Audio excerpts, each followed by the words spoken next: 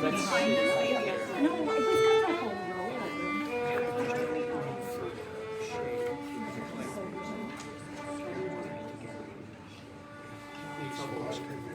We want to fill up that row.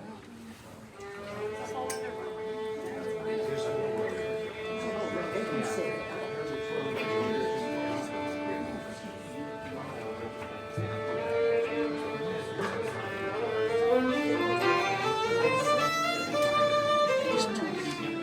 They can slip in.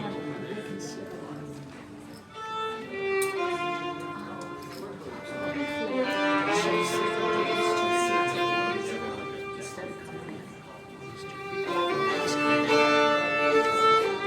I'm just wondering if you would mind going to that row.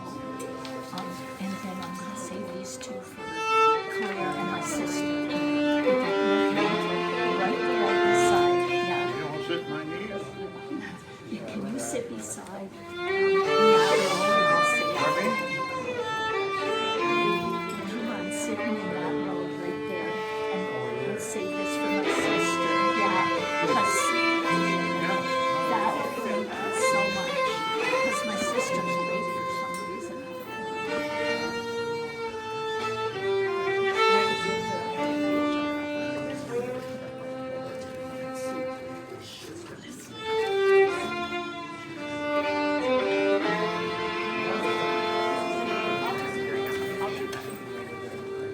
Tell them to come in here.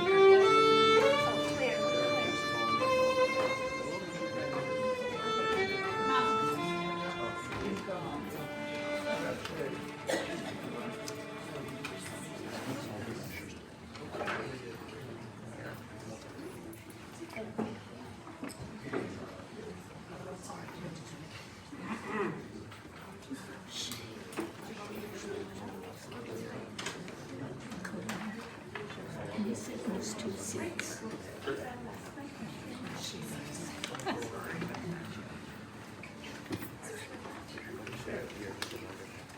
We welcome you today to Central Queens Funeral Home Chapel, and as we gather together to celebrate the life of John Sylvester, our deepest sympathies are with all of his dear family, and so much support and love is here in this room today.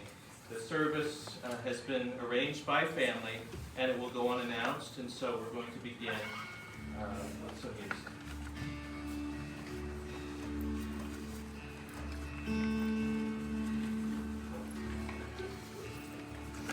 I was driving west through the Bighorn Mountain.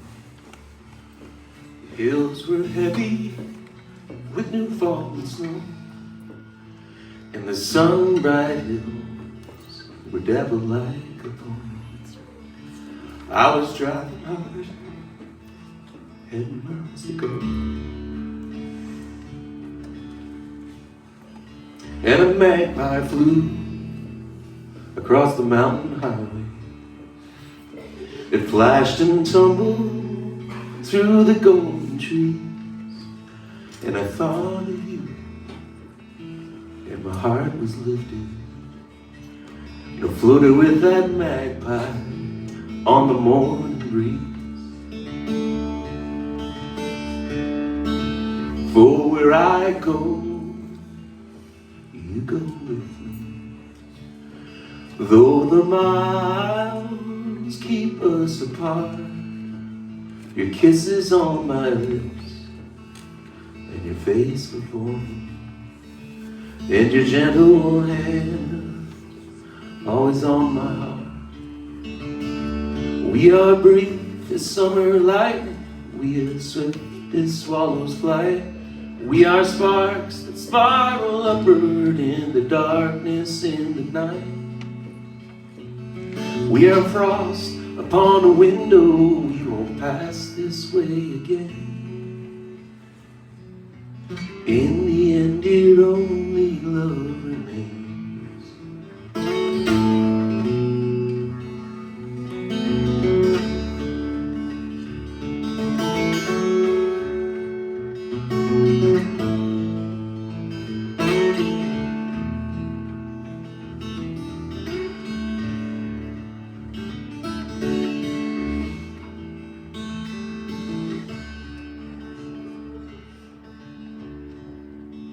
Tonight the harvest moon hangs across the belt.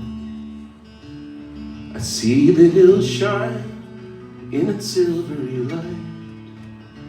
It's the same old moon that shines upon you. It'll light my way until I'm by your side.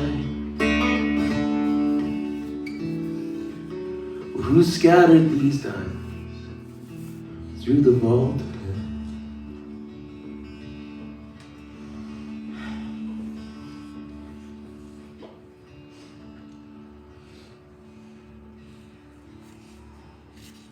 Who drew the curve?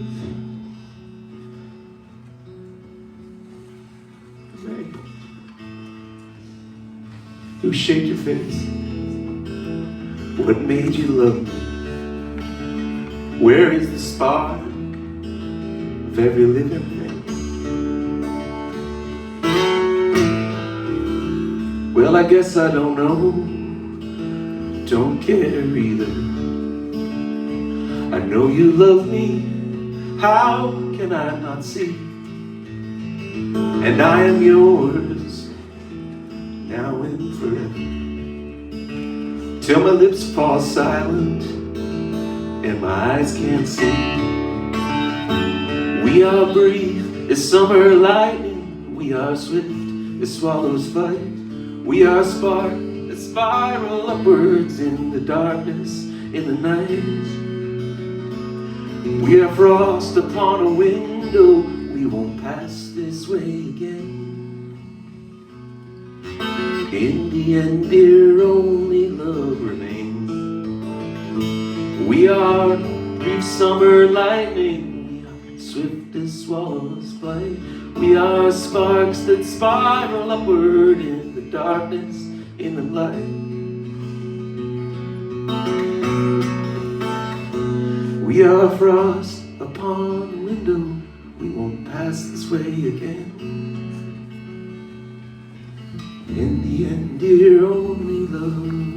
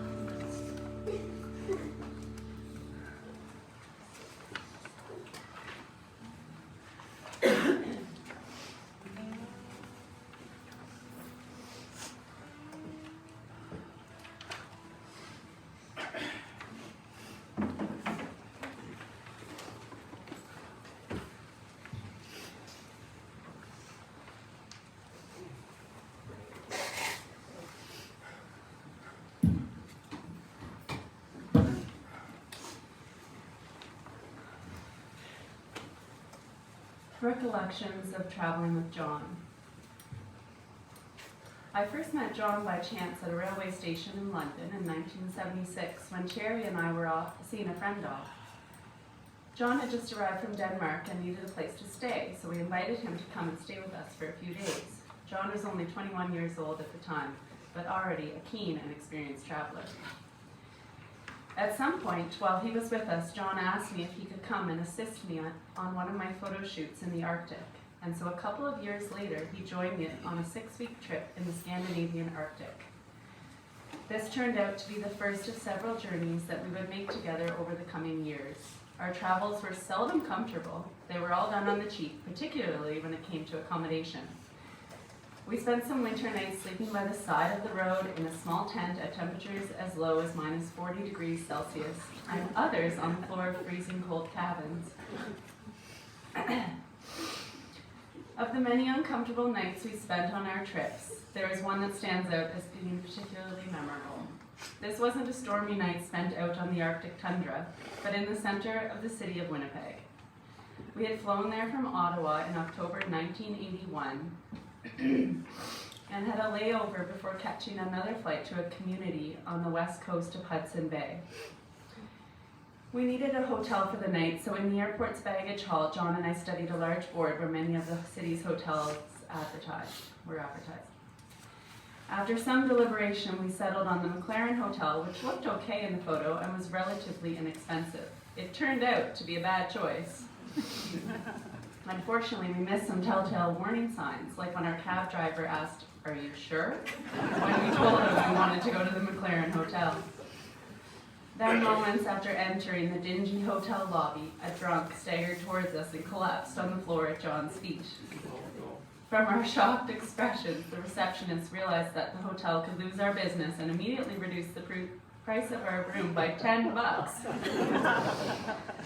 Our hotel room was everything that most people would dread. A bed that sagged in the middle and gave you the feeling that you were suspended only a couple of inches above the floor. Stained sheets, and perhaps worst of all, and something John and I only discovered the following morning, bed bugs. John had a great sense of humor, and despite all the difficulties and discomfort on our trips together, he never grumbled and remained relaxed, taking all the problems and frustrations of travel delays in stride. As we left the McLaren Hotel that morning and headed back to Winnipeg Airport, John turned to me and said, "Maybe we should try and find a better hotel on our way back." That was the closest I ever heard John to come to complaining about anything on any of our trips together. Thank you, John, for being such a great traveling companion, and most of all, for your many years of friendship. Brian Alexander.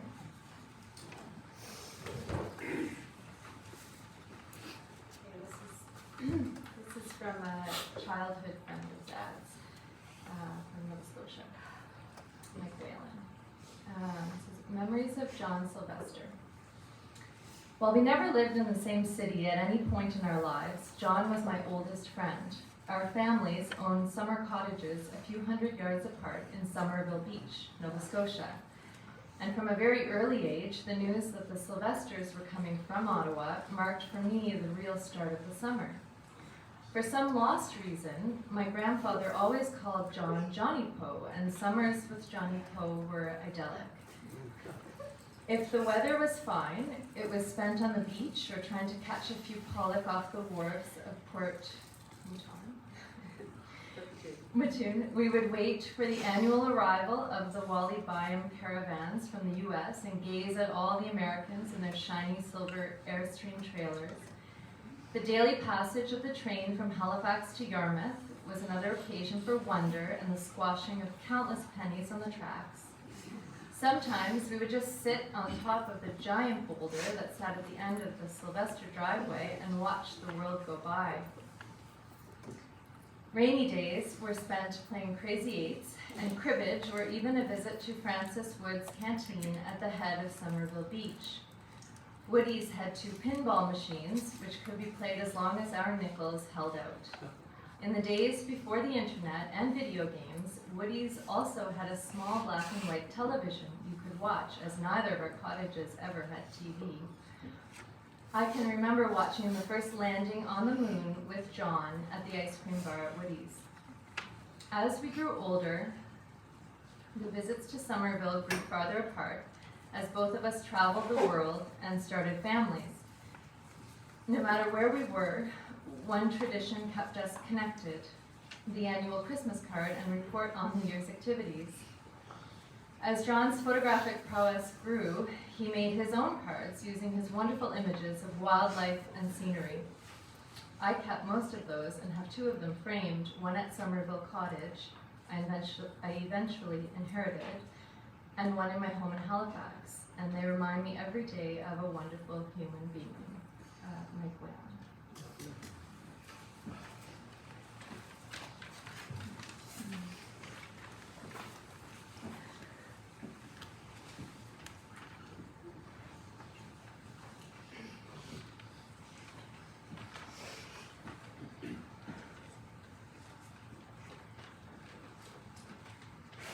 1964, in grade 4, the year the Beatles arrived. I vividly recall the day a new boy arrived at our school in Ottawa. At recess, sitting over by the fence, he was reading music magazine called 16. The thing was, we were only 9. And I thought 16 was way ahead, out on the edge of things. Kind of like this neat kid from the Maritimes. John and I became friends. But he said, next to the Rolling Stones, the Beatles were kind of soft. In the mornings, he came over to my place. Every morning, my mom sent him to wake me up. Thanks, Mom. I learned something bracing about my new friend. John loved early mornings. And we loved riding our bikes, playing football, hockey, enjoying our group of friends, and playing our new guitars. Looks he got from the girls suggested they found him pretty cute. He was. Yeah. Cuter than me. He made pictures. He drew them so well that our teacher said, when he grows up, John's going to be an artist. So he showed me records I hadn't seen or heard. Joni Mitchell's Blue, Leadbelly, Lightning Hopkins, Howlin' Wolf. Sounds wild to me. Sonny Terry and Brownie McGee, Coburn, and music from the British Isles. Folks on the road, or near the sea, looking over and looking back. Songs of lament and longing. But soon enough, high school ended and John departed. But we stayed in touch for a little while, 50 more years. Wow. I marveled at John's life's choices.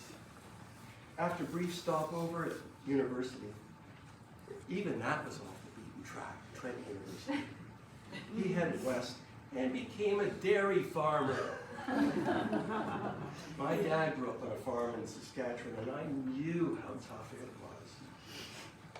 John would have stayed, but after 6 years, which he loved, he moved on. I'll tell you why. For a lifetime of 4 in the morning chores were too early, even for him. I love John's sense of adventure. Soon he shared pictures he had taken of wild reindeer way up north in Lapland, near where my grandmother was born, by the way. On a trip with photographers that inspired a new direction, one predicted by our grade 4 teacher. Once John said to me, and he didn't talk artistically a lot, he had talked just down to earth all the time, but once he said to me, I like the edges of things. And I think he meant the edges of continents, light and shadow, dawn and dusk, sea and shore. We kept meeting at the edges. Later, over the phone, talking family, books, and life. Earlier, at 50, we began reunions with old friends from Ottawa on the shores of the Magdalen Islands, Carter Beach in Nova Scotia, singing sands, and kayaking in the Gulf Islands. Sea kayaking. Did we have a clue how to sea kayak? Were we seaworthy? Did the weather suck? Were the waves crazy? Had John been given a skinny race kayak that tipped over when you blew on it? But did he brave the waves skillfully for hours? Did we come ashore laughing and swearing like mad sailors? Yeah.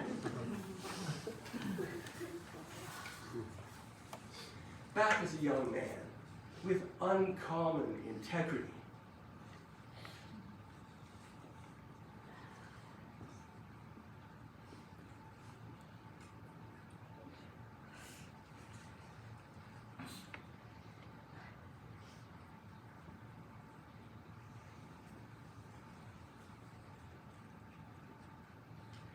John explored the world for a worthy calling and a way of life.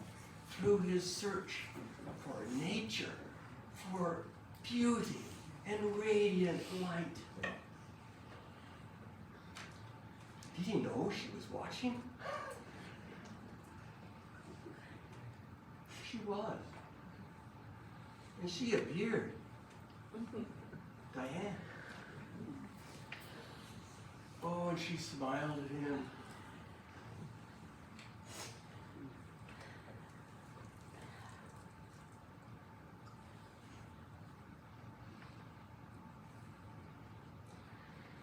Like the ocean washing over a stone on the beach, she made him shine.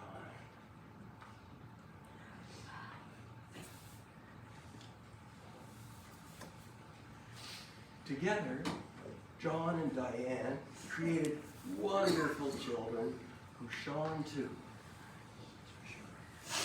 And they made grandchildren who shone too. All to the sounds now of Atlantic music, as though the singing sands were named for them. Now really home, yet still looking out in the distance towards the edges. John raised his camera and pictured his journey for all to see.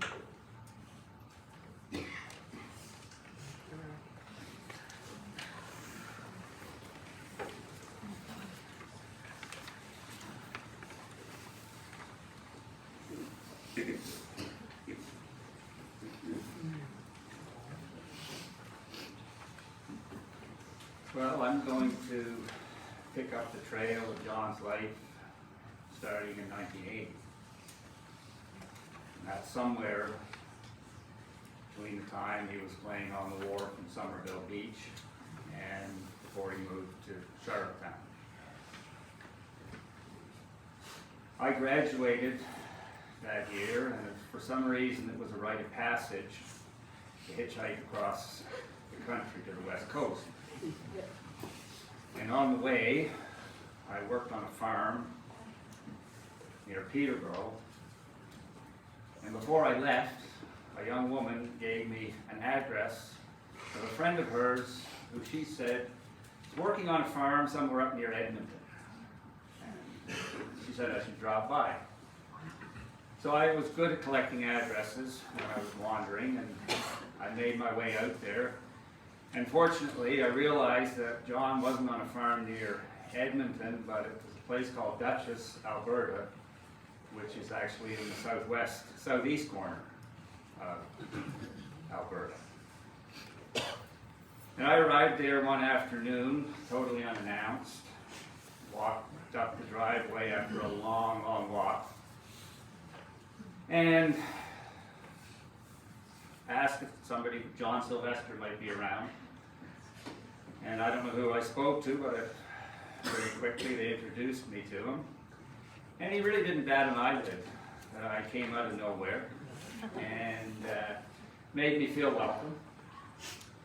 And I think that afternoon he had work to do, and I weeded the garden. I spent about 10 days there before I found work on another farm about a few miles away. And while I was there, I sort of joined in with whatever John was doing. And I learned quite a bit from him. He was keeping bees at the time, so I had my first introduction to beekeeping. He made a lot of yogurt on this dairy farm. So I learned how to make yogurt, enjoyed eating it. But apart from eating, he also introduced me to fasting. And I could never figure out how somebody could get up at 4 or 5 in the morning, milk cows, put in a full day's work without eating.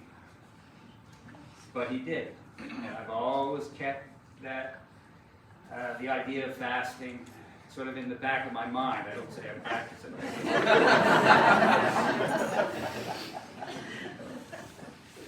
And the other thing he introduced me to was a book and an author by the name of Wendell Berry. And the book was The Gift of Good Land, which I still have. And whenever I look at it, I think of John.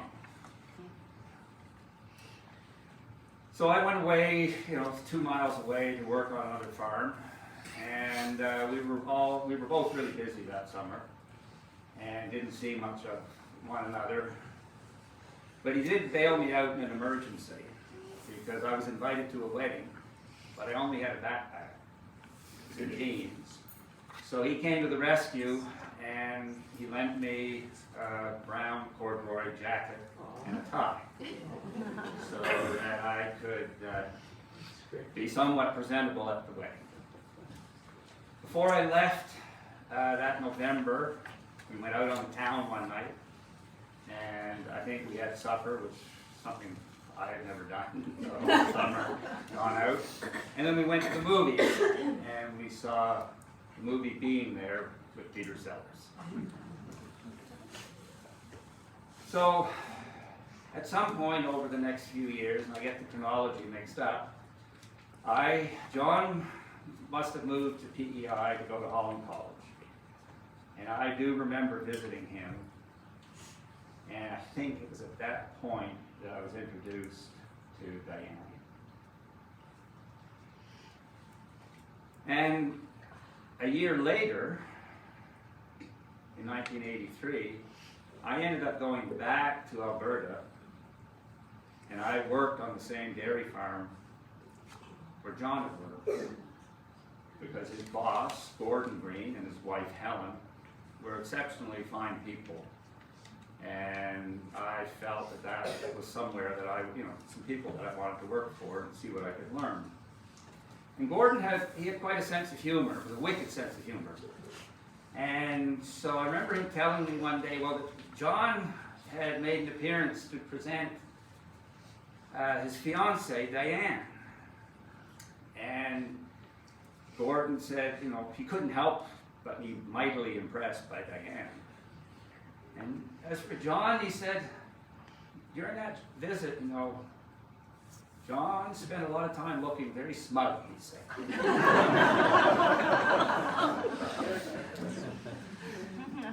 So, again, I went traveling. John would be in the east. I went west. Went to New Zealand, had some more addresses that John had given me this time. And traveled around, knocked around the world a little bit. Eventually came back to Nova Scotia.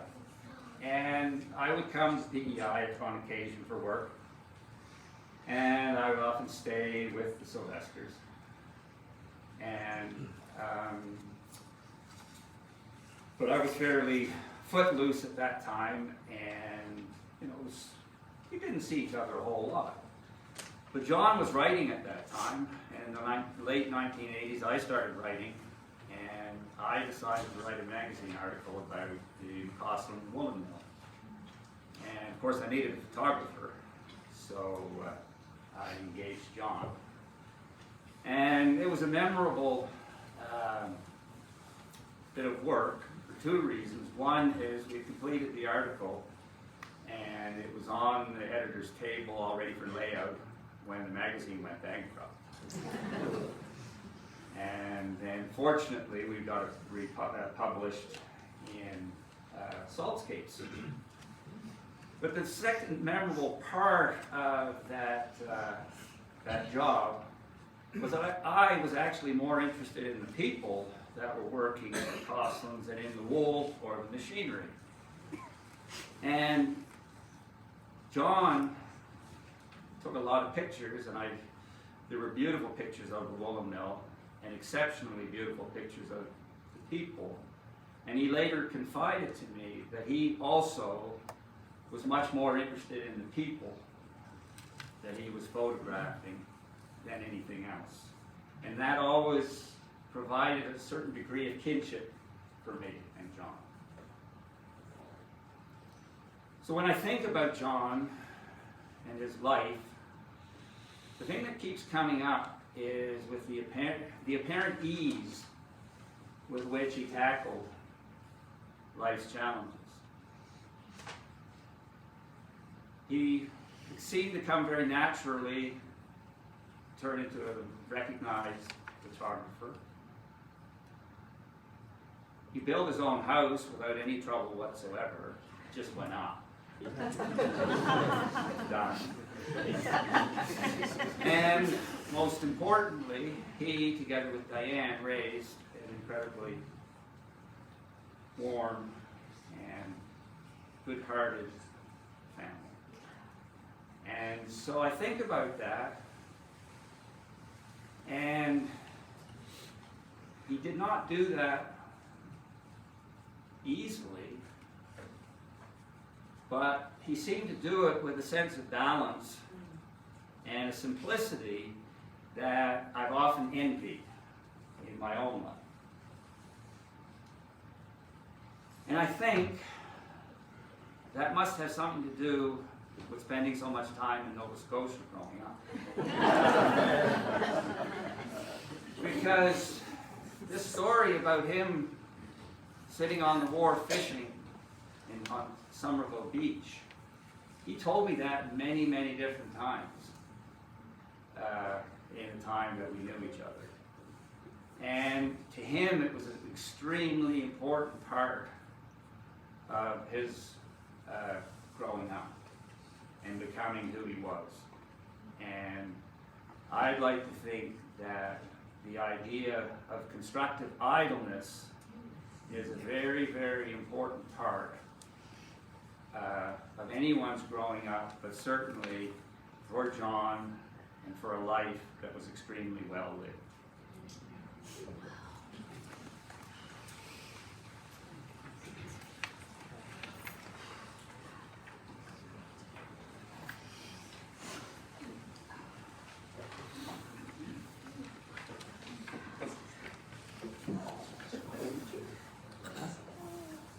Where's your guitar, Miles? John used to, one of John's last memories that he told me is that he used to love when Miles had his cool guitar, cool hat on, and we'd be playing the guitar along with him. So he loved when you played the guitar, Miles.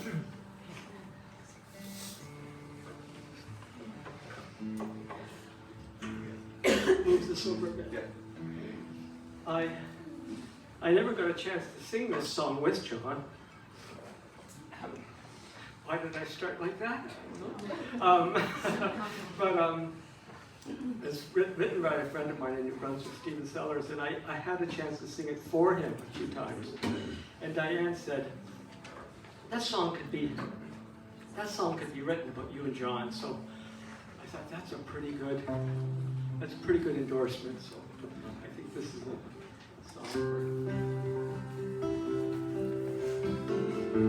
The crickets have gone crazy.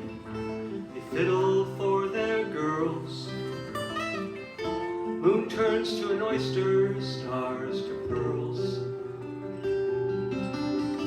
10 toes tap to the melody. Something feeds the fire. Singing till the morning light. Two friends and their guitars. They leave a trail of songs behind like tales on shooting stars. Singing till the morning light, two friends and their guitars. The hoot owls and the peepers keep time in their own way, sticking to the darkness after day. Fingers bring familiar strings to fretboards blessed by stars. Singing till the morning light, two friends and their guitars.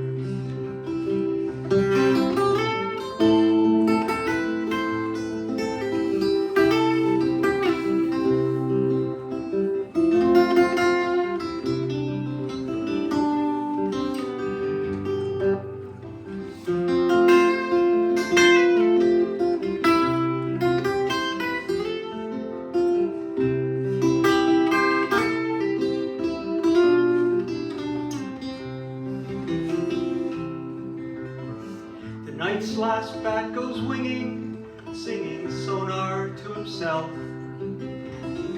Tomorrow puts today upon the shelf. Chords decay and voices fade. Sleep is not that far. Singing till the morning light to friends and their guitars. Leave a trail of songs behind like tales on shooting stars. Singing till the morning light to friends and their guitars. Leave a trail, stop that. They leave a trail of songs behind like tales on shooting stars. Singing till the morning light to friends and their guitars. I shouldn't have looked at you. Good job.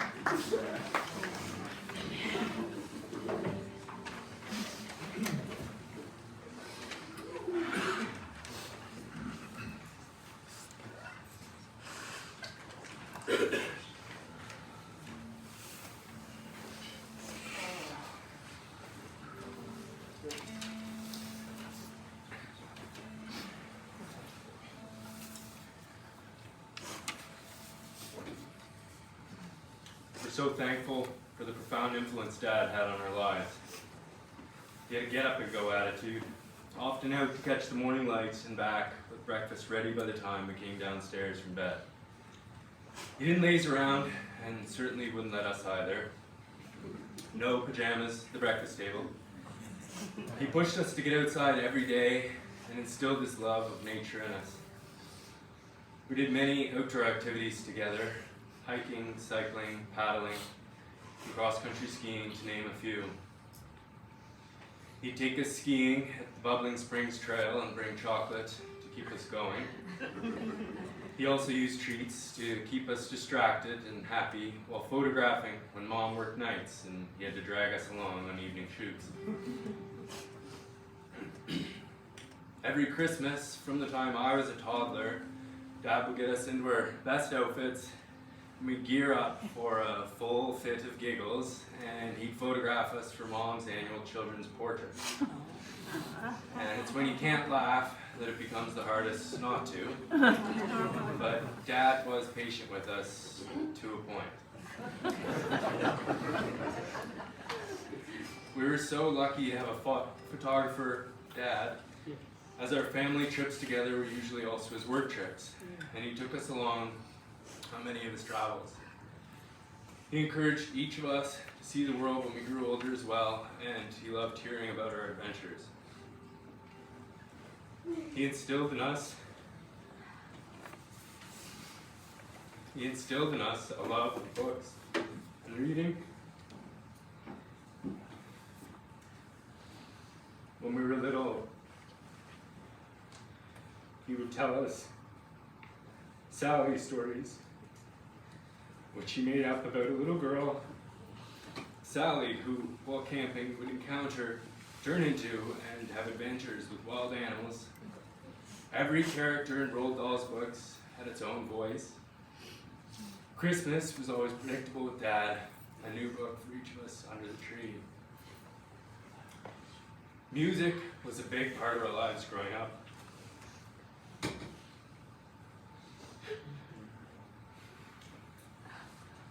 We all have fond memories of falling asleep to the sound of Mom and Dad and friends playing music and singing together in the living room after we've been sent up to bed. It was wonderful. Grandpa.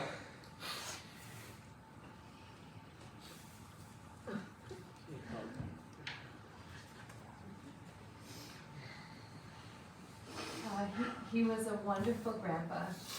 The kids loved Grandpa's tractor rides in the wagon behind his mower.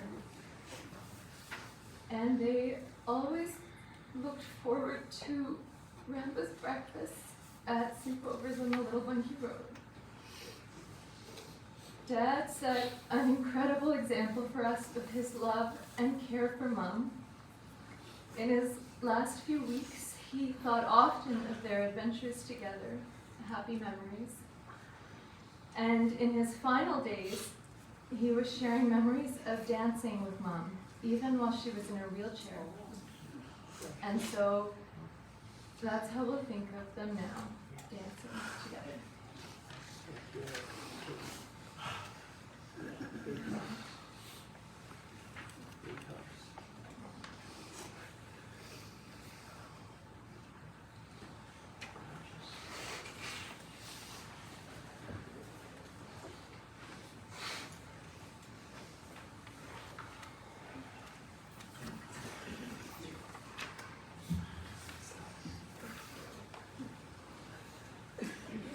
Phew.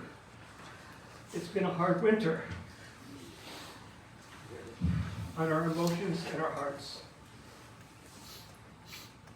For those of you who don't know me, I'm a close friend of John's. John was and will always be a very important person in my life, and I'm honored that he asked me to do this. John had such a large community of professional friends and personal friends who loved and admired him. But let's face it, John had way too many positive attributes. I'm not even going to try to list them. Well, at least not yet. Mary and I have been friends with John and Diane for 40 years. And I've had the privilege to watch his career and family life grow and flourish. And I see his deep connection to the world and all the people around him. So I'm going to do my best to give you a picture of his life through my experience as his friend. But we all know what a good storyteller John was. So I'll start by sharing from his words. And wouldn't it be nice if we could hear these words in his voice? You'll hear, some of this has been already said, but these are his words. My Atlantic journey began in Nova Scotia, where I was born into a family that traces its roots back 6 generations. In the time-honored tradition of Maritimers seeking better economic opportunities, my family moved down the road to Ontario when I was a child.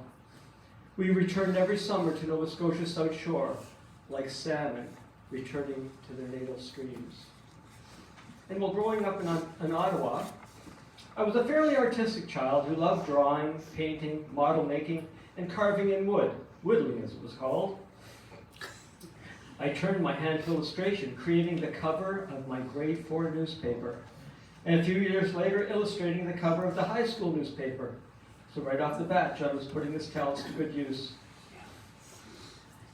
I was so happy to hear Eric, John's oldest and best friend, and Rupert tell their stories of him. Last week when I first talked to Eric by telephone, he described John as someone who uniquely followed his own light.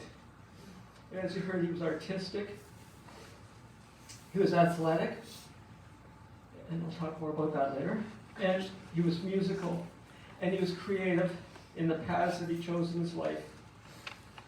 As Eric said, after university, he packed up, headed west to work on a dairy farm in Alberta.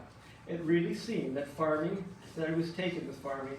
He moved to Denmark for 9 months, and then to New Zealand for 3 months, working on dairy farms in both places. In fact, in 1981, he seriously considered becoming partners in an expanding dairy farm and settling in Alberta. Weren't the stars on our side when he changed his mind on that one? Mind you, Edmund might have thought differently as an Albertan. No. Oh, so now to the camera. And thank God for Brian and Cherry Alexander.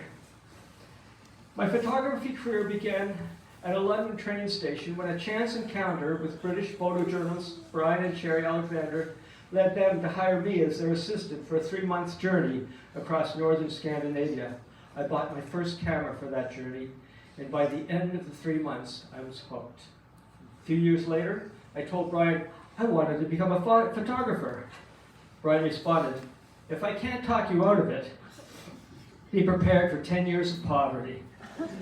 And if you work really hard, have a little bit of talent, at the end of those 10 years, you might make a living." John said he wasn't far off the mark.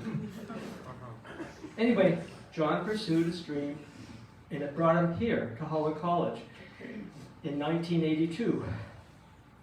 John says, "I knew very little about Canada's smallest province. I knew about its red soil from bud to spud, and I knew vaguely about a fictitious red-haired girl named Anne. But I knew very little about the place, and I didn't know what to expect." His first impression after his first hour here was expressed in one word: spellbound.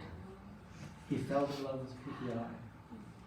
And as we know, PEI wasn't the only thing that John fell in love with. Enter Diane. I first met Diane at the School of Visual Arts student show. Never shy, she approached me, and we briefly chatted. She worked at the local health food store, the Root Cellar, and I certainly noticed her. Our children like to tell the story that Diane stalked me, but I was easily stalked. By Christmas, we were making plans for a future life together. With the support of Diane and with his natural sense of determination, he started his photography business. He began to forge important relationships: PEI National Park, Agriculture Canada, Holland College, and soon some regular freelance jobs. I remember John telling me about having to do check presentation photos. He didn't really like them that much. He called them grin and grabs. And finally, in the early 1990s, 2 important partnerships were made. One with PEI Tourism, 30 years of that partnership lasted, and the other with First Light Photography Agency in Toronto. John says, "I was ecstatic. First Light was also an assignment agency, and soon I began to get editorial assignments from publications such as Aerosmith, Reader's Digest, and Imperial Oil Review. I felt like my photography career was actually going in the right direction." And finally, in 1994, I published my first book, From Red Clay and Salt Water, and was making a reasonable living. It was 10 years since I graduated. Brian's prediction was fulfilled. And those early years were so full. John fell into the welcoming arms of the Knox clan. Diane's parents, Lorna and Tommy, their beautiful sisters and brothers, nieces and nephews. A family that was a perfect fit for John's love for the outdoors. And the photo opportunities. No one could take a bad picture of the Knox girls. Where am I? and beyond all those early years, so many family members that John loved to recall. The joy of building this house. It wasn't that easy, Rupert. There was a lot of head scratching going on. We were building our houses at the same time. And Tony and Mary were doing the same thing. And we worked together, but we had to figure out what we were doing as we went.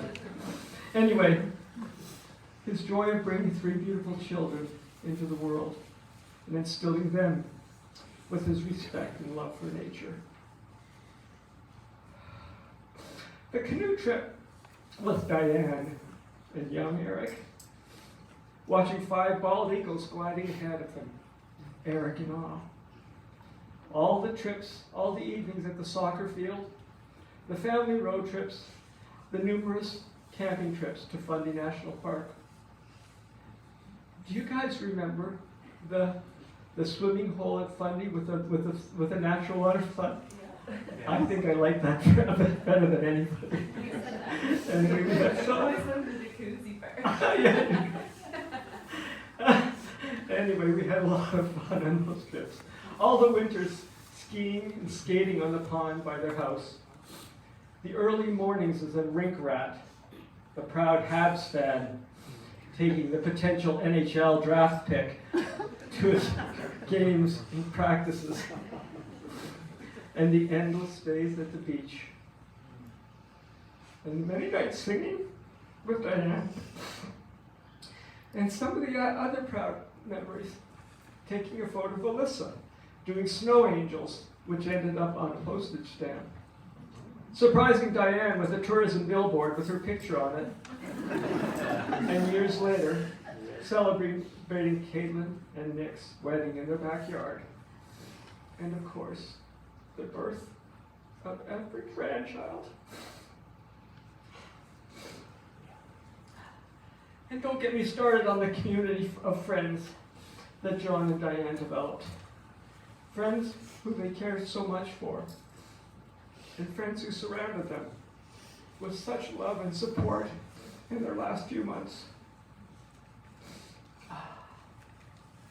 Anyway, after John's first book was published, he continued to work for 30 more years as a photographer, author, and co-author, teacher, and mentor, and his work is recognized internationally, and he has received many prestigious awards. And now for my adjectives. There were so many posts. Oh yeah. I made a small list of some of the adjectives that could be used for John. Kind, generous, loving, caring, committed, patient,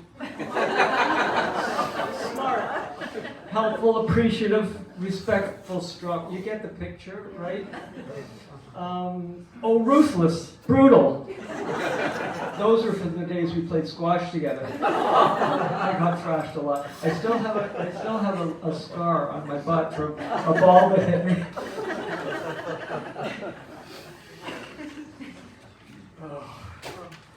To sum up my thoughts, it's been incredible to watch it all unfold. To have been along for such an amazing ride. John and I traveled together on many photographic journeys over 25 years. We drove thousands of miles together, and we hiked hundreds. We visited places all over the country, traveling as far as the Arctic Circle. And I don't remember ever having a disagreement with him. He was the easiest person to travel with, if you followed a few rules and were willing to adapt. So I jotted down a few basic rules of thumb and lessons that I learned while traveling with John. The first two were sort of simple rhymes. When the sweet light is gone, put the coffee on. Yeah. John loved his morning coffee around the campfire, talking about his morning adventures and planning the day. And when the light is right, sit tight. You had to be patient when John was in the zone. You never knew how long it was going to take. I counted an hour and a half at one canola field in southern Saskatchewan. And then under the category, do what you're told. On the top of, this is the first day of the first trip I ever took with John back in 1992. On the top of Mount Carleton in New Brunswick, freezing, howling wind. I've got the little red jacket on that he gives you so it looks good in the photo. He's got the parka on. And he's filming with his camera, and he's looking for the right lens and going, this is early in the days of traveling. And finally he yells out, looks at them through the lens and says, Blaine, stop looking so cold. No one's going to buy a picture of a wimp. First day, the next day. Where am I? Oh, here we are. I know this by heart. The next day on the top of Mount Sagamuk, he says, can you climb up on that craggy cliff over there? But don't fall. I don't want to explain that to Mary. And I need a red coat in the jacket. A red jacket in the shot. And the next year, that photo got to the Canadian Geographic. I felt like a little bit of a star. And of course, years later, in Tombstone Park, on the Dempster Highway, we were camping out on a hill outside a gravel pit. And earlier in the day, we heard people talking about there might be a bear in the area. So I guess when I went to sleep that night, I sort of had that trepidation that you might have. And Edward probably never had it because he's seen bears all the time. But I had it. And John sort of wakes me up in the middle of the night and he's outside and said, "Blaine, get up, get up." And I said, "What?" He says, "Get up, just get up." And I stick my head out the tent and I'm looking around to see what's going on. And I look up and see the sky dancing with the most beautiful northern lights that you can imagine. So another little basic rule of thumb, always be ready for surprises. One surprise that I got, again on the first trip, an unusual fact that I found out about John, is we had stopped to take some panoramic shots of the fall colors, and after a few minutes, John came in, put his head in the window, and he said, "Blaine, like there's red in those trees over there, right? Like there's red." And I said, "Yeah, there's red. It's a fall in New Brunswick." And he says, "Well, thanks. I just was checking. I can't tell. I'm colorblind." And that's true. John was red green. He wasn't red green. He was green red, colorblind. And I've never been able to get my head around that. But he wasn't red green. Although later on when he was wearing the suspenders, we were putting the right suspenders on maybe. Anyway, oh dear. And then the surprise that he got on a hike in the Baker's Brook is a really narrow little trail, and up ahead you could see a moose coming. So I think he was thinking, well, maybe I'll get my camera. But then he realized the moose was running. And he didn't have much room to get off the trail, so he quickly scooted into a little hole in the woods, and this moose tore by him. And right behind the moose was a baby moose. So he looks up, and then he looks the other way, and he sees a bear coming right at him. A live bear. And the bear saw John, and it just skidded to a stop. And they both looked at each other. John said it felt a lot longer than a second. And the bear just turned around and took off in the other direction. And God says, "I think I saved the life of a baby moose that day."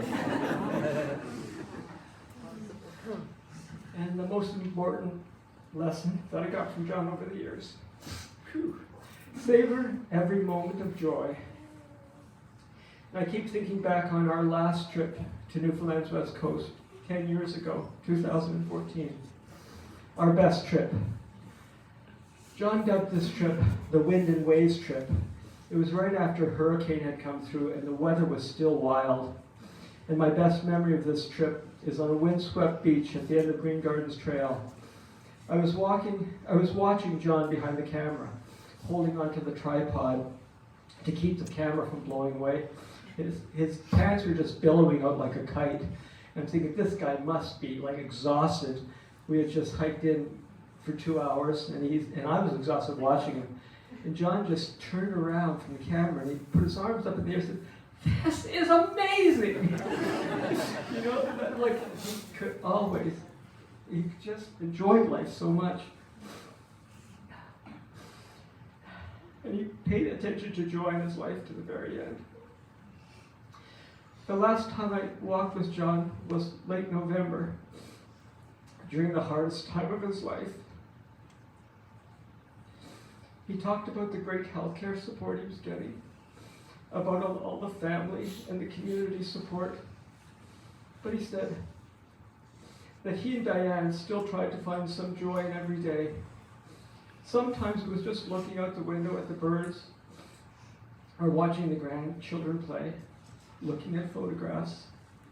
Sometimes it was just holding hands and listening to a song that they loved. And on the last afternoon of his life, he had a big smile on his face as he waved at his grandkids as they skied by his front door. Eric, Caitlin, and Alyssa, I don't have to tell you how much your father loved you. I'm just going to read you this little verse written by you, McCall. "Farewell to you, my chicks. Now you must fly alone.